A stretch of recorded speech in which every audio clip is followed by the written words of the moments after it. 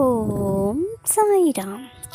அன்பு குழந்தையே, உன்னை காப்பதற்காக நான் எப்போதும் உன்னுடன் வரவேண்டி இருந்தது. இனியும் உன்னை துன்பங்கள் தொடராமல் பாதுகாப்பேன்.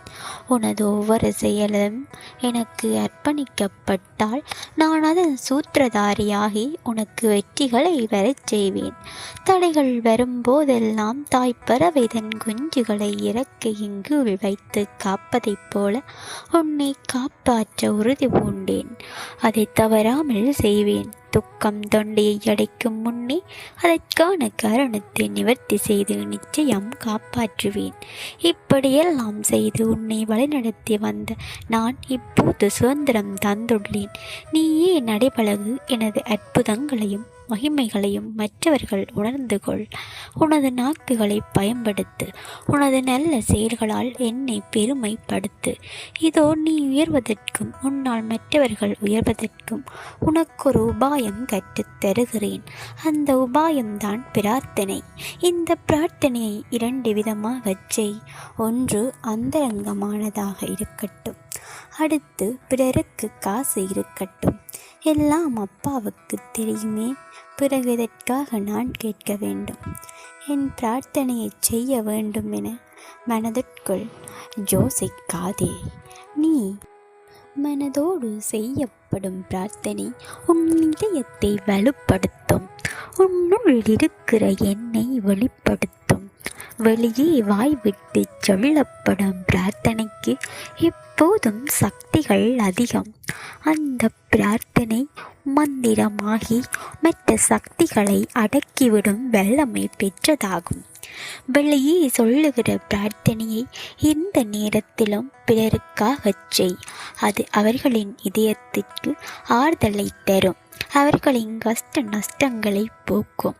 எப்போதும் பிரார்த்தனை செய்வதற்கு முன்பு எனது நாமத்தை ஜெபம் செய். தொடர்ந்து நாம ஜெபம் செய்யும் போது மனம் ஒருமைப்படும். அதன் பிறகு துதிப்பாடல்களால் என்னை துதி. அந்த இடத்தில் நான் வந்து வாசம் செய்வேன். அதன் பிறகு எனது புனித நூலில் இருந்து வசனங்களை எடுத்து எனது திருவாய் மொழிகளை படி. அதில் கூறப்பட்டுள்ள வாக்குறுதிகள் அனைத்தும் உனக்கானது என உறுதிகொள். பிறருக்காக பிரார்த்தனை செய்யும் போது இந்த வாக்குறுதிகள் அவர்களுக்கும் உரியது என்பதை எடுத்து கூறு.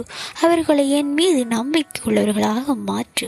அதன் பிறகு அவர்களுக்காக வேண்டுதல் செய். இவ்வாறு நீ செய்தால் அதை விரும்பி கேட்பேன்.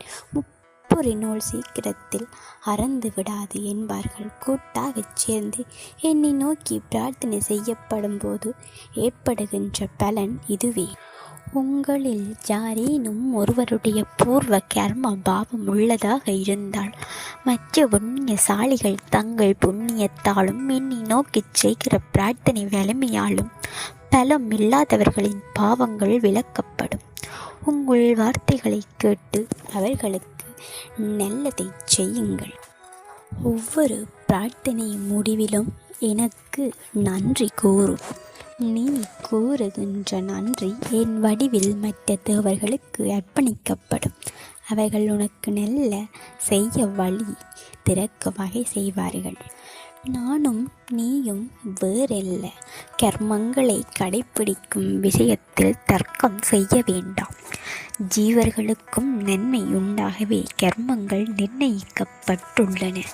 யாருக்கு எது நிலமோ அது முன்பாகவே தீர்மானிக்கப்பட்டுள்ளது. நல்ல கர்மங்களை அனுசரிப்பதன் மூலமே கர்மம் நிச்சயமாக கரைந்து போகிறது. வேதங்களாகட்டும் சாஸ்திரங்களாகட்டும் அதிகமாக இதை பற்றி விவரமாக கூறியுள்ளதோ அவை நன்மை அளிப்பவையே என்பதை மறக்க வேண்டாம். அப்படிப்பட்ட கர்மங்களை அனுசரிப்பதில் வெளிமுகமாக நீ கர்த்தா கர்மா கிரியா போல தென்பட்டாலும் அந்த திரிகரணங்கள் நானே என்பதை மறக்காதே.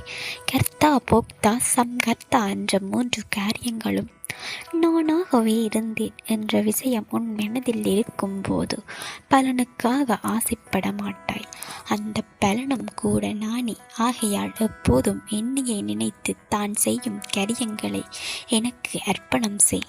யார் காரியங்களை நிறைவேற்றுகிறார்களோ அவர்களுக்கு என் உதவி கிருபை எப்போதும் கிடைக்கும். இக்காரணத்தால் என்னை ஒவ்வொரு கணமும் ஸ்மரித்து வந்தால் அவர்களுடைய கர்மங்கள் என் பாதங்களில் சரணம் அடைகின்றன. நான் சாய சொரூபமே என்பதை வளர்த்துக்கொள். நானும் நீயும் வேறில்லை, நீ என்னுடைய பிரதிபிம்பமே. நீ காண்பது என் சொரூபமே. என் நம்பி இருந்தால் நான் உன்னுடையவன். மாற்றம் இங்கு உங்களை இழுப்பதற்காக கடும் முயற்சி செய்தவர் பாபா.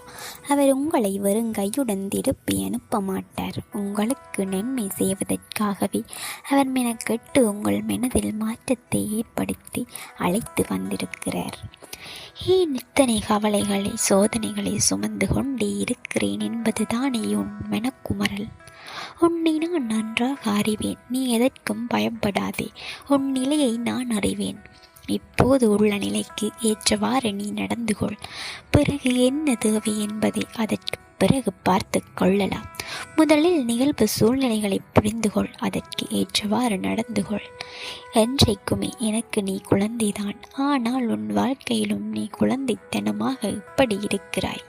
கொஞ்சம் பொறுப்பாக நடந்து கொள். கஷ்ட நஷ்டங்களை புரிந்து கொள். அதை தெரிந்து புரிந்து நட. உனக்கான நல்ல நேரம் வந்துவிட்டது.